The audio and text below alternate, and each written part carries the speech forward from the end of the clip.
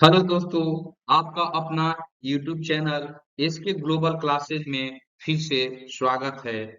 आज हम लोग एक करेंट अफेयर का टॉपिक, ये जो नोबेल पुरस्कार है, ये नोबेल पुरस्कार 2022 के विजेताओं एवं उनको किस क्षेत्र में दिया गया, उसके बारे में डिटेल में डिस्कशन करेंगे।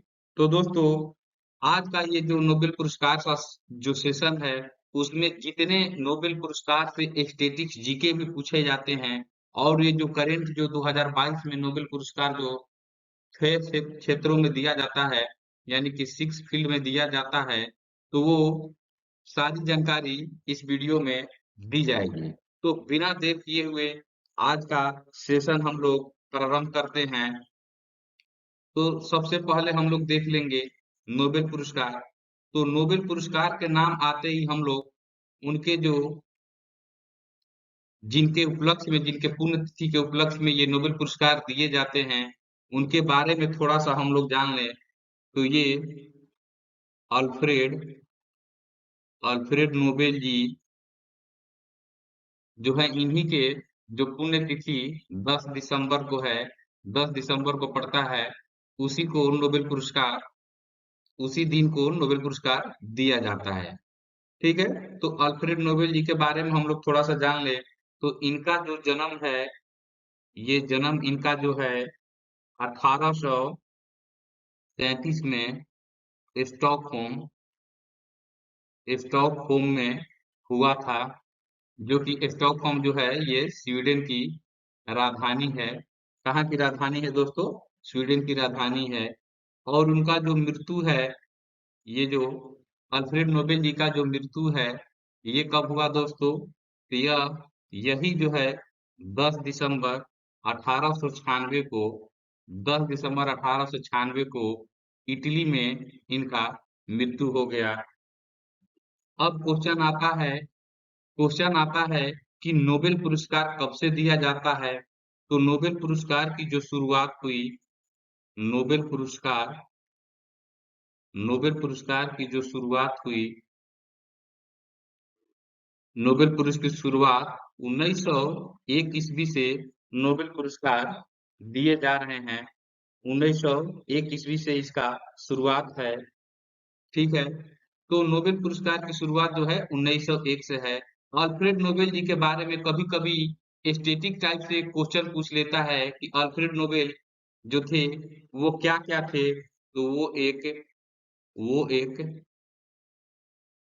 अल्फ्रेड नोबेल जी थे, ये एक रसायनज्ञ रसायनज्ञ थे, अभियंता यानी कि इंजीनियर थे, आविष्कारक आविष्कारक थे, व्यापारी भी थे। और अल्फ्रेड नोबेल जी की जो खोज है वो कौन सी है दोस्तों? ये खोज जो है, ये डायनामाइट डायनामाइट उनका प्रमुख खोज रहा। ठीक है।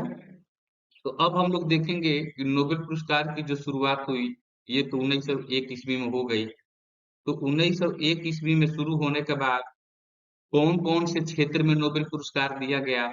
तो शुरुआत में जो है क्षेत्र हो गया, वो भौतिकी के क्षेत्र में दिया गया, पहला। दूसरा जो है, ये रसायन के क्षेत्र में दिया गया। तीसरा जो है, यह चिकित्सा के क्षेत्र में दिया गया। चौथा जो है, साहित्य के क्षेत्र में दिया गया। और पांचवा जो है, यह शांति के क्षेत्र में दिया गया। तो 1900 जब एक में शुरुआत हुई, नोबेल पुरस्कार की जब शुरुआत हुई है, नोबेल पुरस्कार की 1901 में, तो ये पांच ही जो पुरस्कार थे, ये पांच ही क्षेत्र में दिए जाते थे। ये पांच ही क्षेत्र में दिए जाते थे।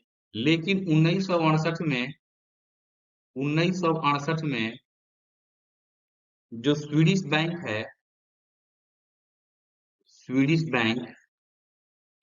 स्वीडिश बैंक के द्वारा अर्थशास्त्र के क्षेत्र में भी अर्थशास्त्र के क्षेत्र में भी नोबेल पुरस्कार दिया जाने लगा। कब से? तो ये 1968 से। तो स्टैटिक जीके जो नोबेल से पूछा जाता है, वो किस टाइप से हो गए, यहाँ पर सभी हम लोग देख लिए। नोबेल पुरस्कार की शुरुआत कब से हुई? तो ये 1901 से हो गई। पहले कितने क्षेत्रों में दिया जाता था? तो 5 क्षेत्रों में दिया जाता था। उसके बाद ये 1968 से जो अर्थशास्त्र के क्षेत्र में है ये दिया जाने लगा। तो टोटल जो क्षेत्र हो गया, टोटल कितने क्षेत्र में दिए जाने लगा ये नोबेल पुरस्कार? तो इसका 6 जो फील्ड है ये 6 क्षेत्रों में दिया जाता है, ये 6 जो 6 फील्ड में ये नोबेल पुरस्कार को दिया जाता है। तो अब हम लोग देखेंगे नोबेल पुरस्कार जो है ये देखेंगे हम लोग नोबेल पुरस्कार कितने लोगों को दिया जाता है। जैसे ये तो 6 श्रेणी हो गया, ये यहाँ पर हम अर्थशास्त्र भी अब लिख दे रहे हैं, अर्थशास्त्र 1968 से, ठीक है। तो नोबेल पुरस्कार कम से कम एक व्यक्ति को दिया जाता है, कम से कम एक व्यक्ति हो गया। और अधिकतम कितने व्यक्ति हो गया दोस्तों? तो अधिकतम जो है 3 व्यक्ति को, अधिकतम 3 व्यक्ति को दिया जाता है। तो एक व्यक्ति जो होते हैं उनके द्वारा जो जीती गई राशि होती है तो वो तो कुल राशि उनको दी जाती है। लेकिन अगर 3 या 2 2 लोग ऐसे किसी भी क्षेत्र में उन लोगों को दिया जाता है तो वो जो पूरी टोटल राशि होती है उनमें इक्वल या जो नोबेल की जो समिति है डिसाइड करती है उसके अनुसार से उनके बीच में बांट दी जाती है। तो अब हम लोग एक और यहाँ पर तथ्य देख लेंगे कि नोबेल पुरस्कार जो है यह मरणोपरांत, नोबेल पुरस्कार की जो नोबेल पुरस्कार जो है ये मरणोपरांत किसी को नहीं दिया जाता है। यानी कि जब व्यक्ति मर जाता है तो उसको मरणोपरांत नहीं दिया जाता है।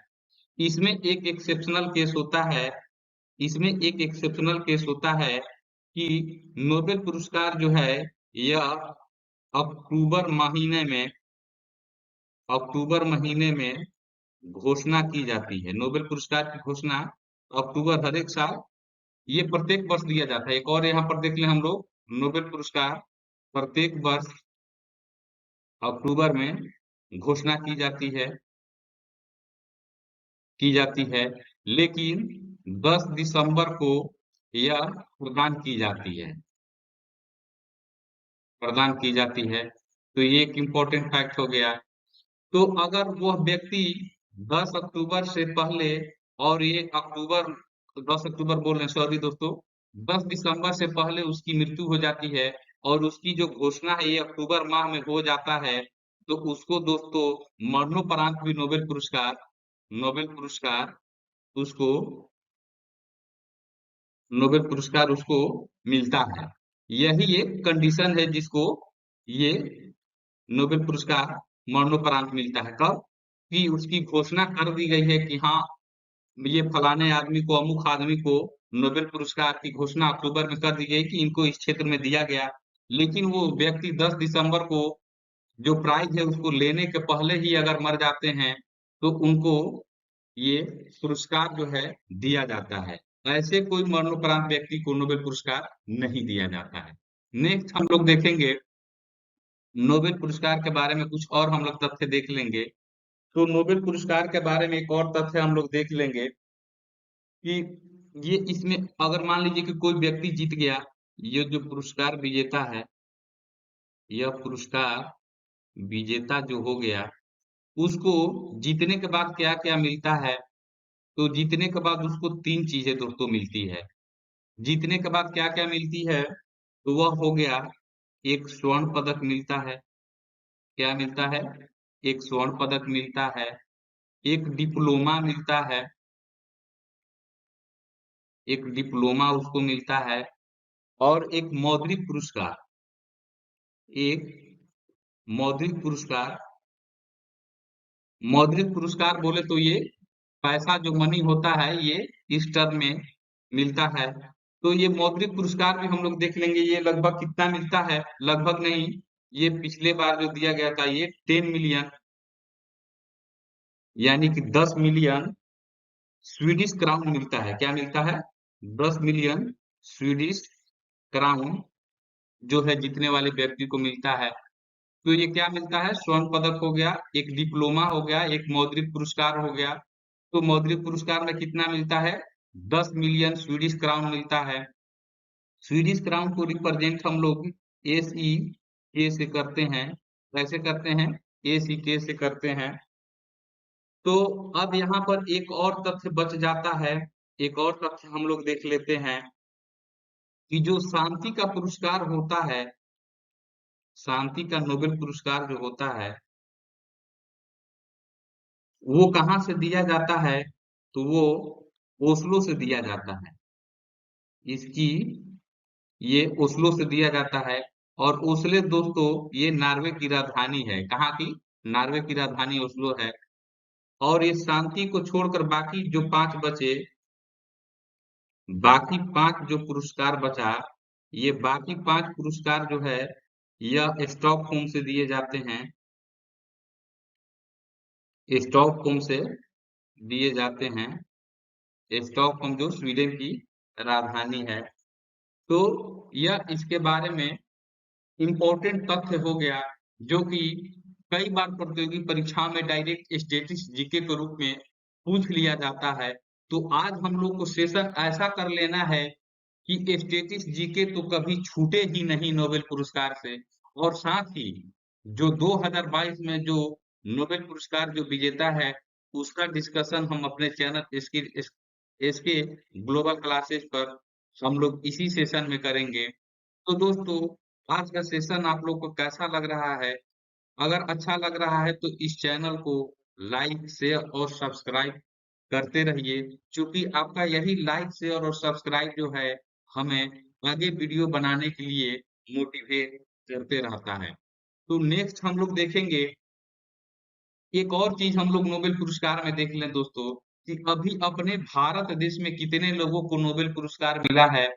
तो अपने भारत देश में अभी तक जो है यह 10 लोगों को नोबेल पुरस्कार मिला है।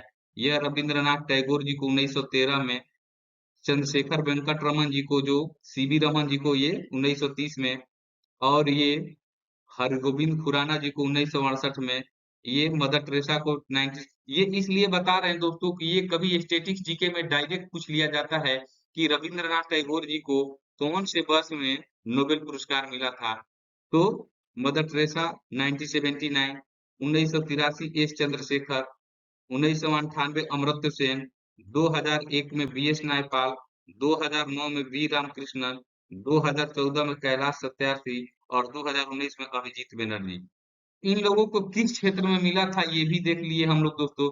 ये साहित्य के क्षेत्र में रविन्द्रनाथ टैगोर जी को मिला, चंद्रशेखर सी वेंकट रमन जी को भौतिकी के क्षेत्र में मिला, हरगोविंद खुराना जी को चिकित्सा के क्षेत्र में मिला, मदर टेरेसा जी को शांति के क्षेत्र में मिला, एस चंद्रशेखर को भौतिकी के क्षेत्र में दिया गया, अमर्त्य सेन को अर्थशास्त्र के क्षेत्र में दिया गया, बी एस नायपाल को साहित्य के क्षेत्र में दिया गया, वी रामकृष्णन को रसायन के क्षेत्र में दिया गया, कैलाश सत्यार्थी को शांति के क्षेत्र कैलाश सत्यार्थी को शांति के क्षेत्र में दिया गया।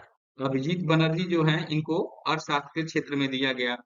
तो ये जितने भी कार्य क्षेत्र हैं और ये किस वर्ष में दिए गए, ये इम्पोर्टेंट, काफी इम्पोर्टेंट रहता है दोस्तों। ये स्टैटिस्टिक्स जीके के रूप में जो पूछ ही लिया जाता है। ये जो 10 जो हमारे देश के जो सितारे हैं जिनको नोबेल पुरस्कार से नवाजा गया था या नवाजा गया है। अब कभी अगर जो एग्जाम लेने वाली जो बोर्ड है, एसएससी हो गई, बीपीएससी हो गई, यूपीपीएससी हो गई, यूपीएससी हो गई, अगर उनको और ज्यादा ट्विस्ट लाना है तो वो लोग पूछ देते हैं कि रविंद्रनाथ टैगोर जी को साहित्य के क्षेत्र में मिला, वो तो ठीक है, लेकिन किस चीज के लिए मिला था? तो इन्हीं की दोस्तों एक पुस्तक थी, गीतांजलि जो पुस्तक थी, गीतांजलि पुस्तक जो थी, इसी के लिए इनको साहित्य के क्षेत्र में नोबेल पुरस्कार मिला था।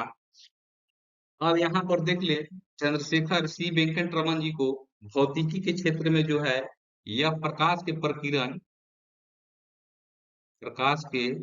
प्रकीर्णन एवं प्रभाव एवं उनके प्रभाव के बारे में इनको मिला था भौतिकी के क्षेत्र में। हरि गोविंद खुराना जी को चिकित्सा के क्षेत्र में मिला था। तो ये जेनेटिक खोज, ये जेनेटिक जेनेटिक कोड और प्रोटीन संश्लेषण और प्रोटीन संश्लेषण इसके लिए इनको चिकित्सा के क्षेत्र में पुरस्कार मिला था। शांति पुरस्कार मदर टेरेसा जी को किस कौन सी कार्य करने के लिए मिला था? तो यह गरीबों में सबसे गरीब इन लोगों की निस्वार्थ सेवा करने के लिए मदर टेरेसा जी को शांति के क्षेत्र में पुरस्कार मिला। एस चंद्रशेखर जी को कौन से किस काम के लिए मिला था? तो ये जो चंद्रशेखर सीमा जो है, चंद्रशेखर सीमा की खोज के लिए इनको भौतिकी के क्षेत्र में दिया गया। अमर्त्य सेन को हम लोग देख लेते हैं, अर्थशास्त्र है। अर्थशास्त्र में कौन से काम के लिए इनको दिया गया दोस्तों? तो इनको कल्याणकारी अर्थशास्त्र, कल्याणकारी अर्थशास्त्र और अकालों के सिद्धांत,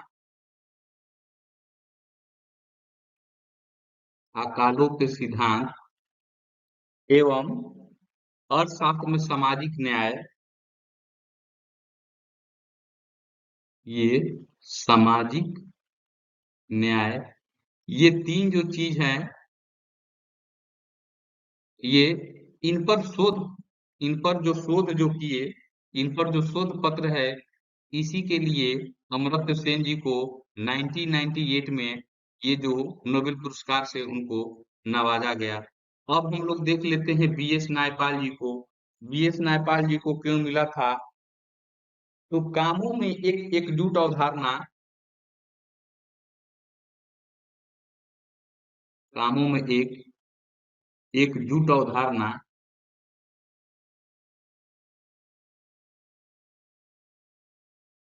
अवधारणा के लिए और प्रतिरोध अप्रतिरोध जांच के लिए, अप्रतिरोध जांच के लिए इनको वी एस नायपाल जी को साहित्य के क्षेत्र में ये नोबेल पुरस्कार मिला था। अब हम लोग देख लेंगे वी रामकृष्णन जी को, थोड़ा सा देख लें। वी रामकृष्णन जी जो हैं, इनको क्या मिला था रसायन के क्षेत्र में? तो ये रसायन के क्षेत्र में राइबो राइबोसोम, ये दोस्तों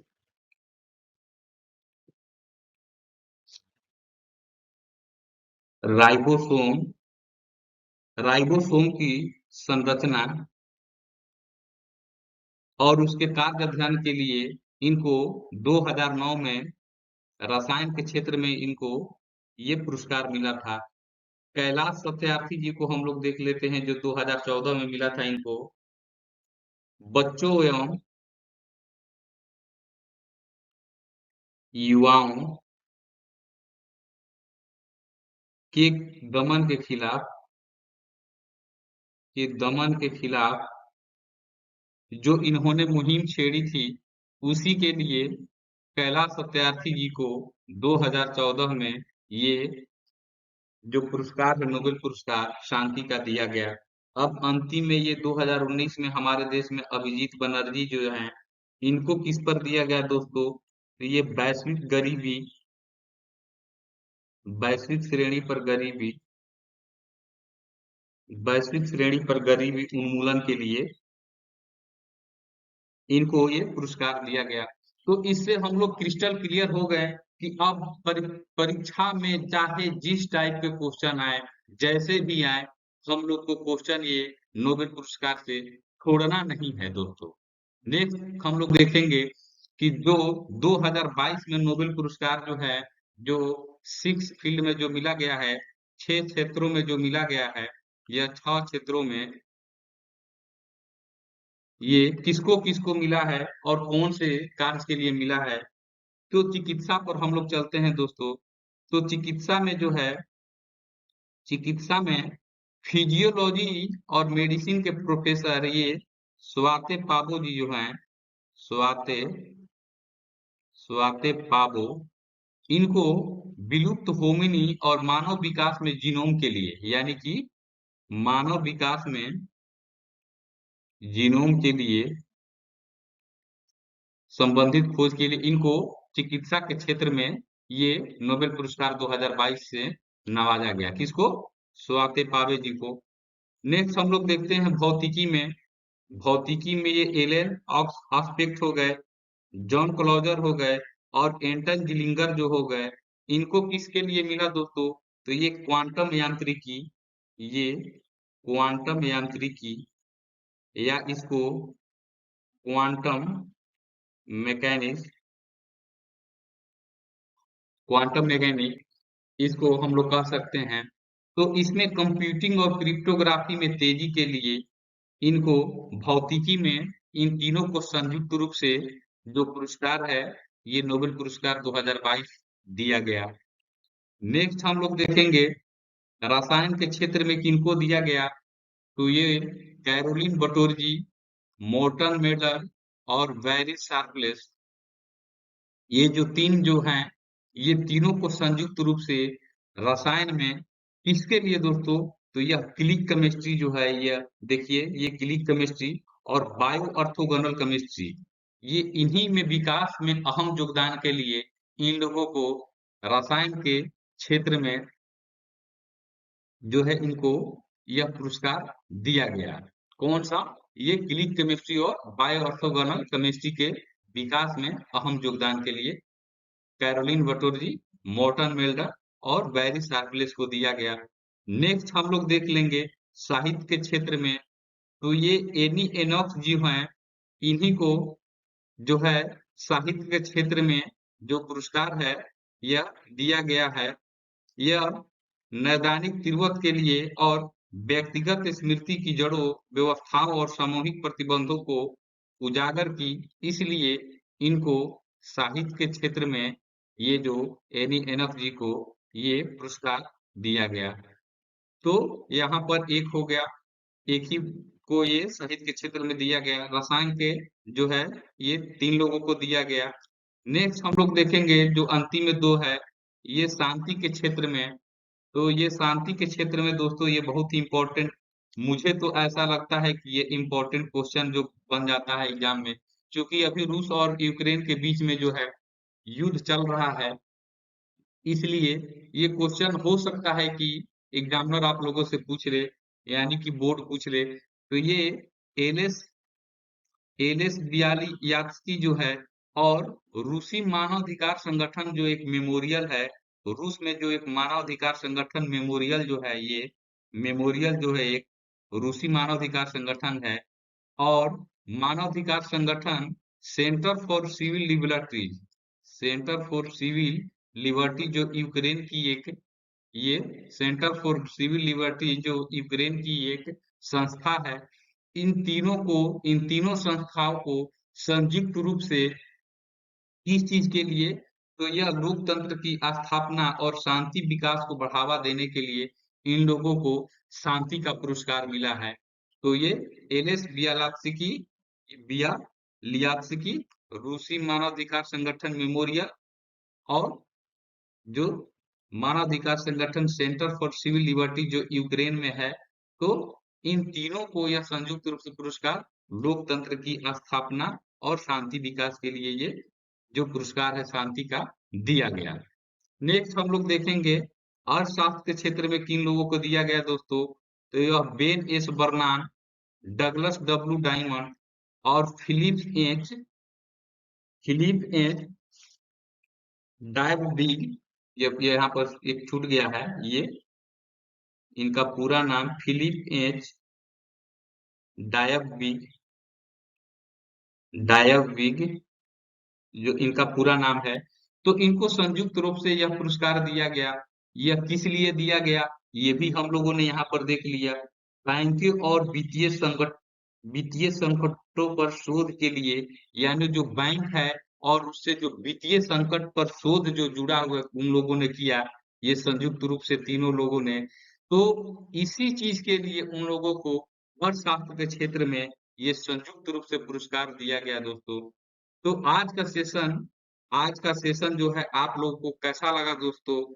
आशा करते हैं कि आप अब से जो नोबेल पुरस्कार के जो स्टैटिक क्वेश्चन है और जो करंट अफेयर 2022 यानी कि जो नोबेल पुरस्कार 2022 में दिए गए, तो जो भी अगर क्वेश्चन पूछे जाएंगे प्रतियोगी परीक्षाओं में, तो ये क्वेश्चन छूट नहीं पाएँगे। कहीं से भी छूटने लायक मैंने छोड़ा ही नहीं है कि वो क्वेश्चन छूट पाएँगे।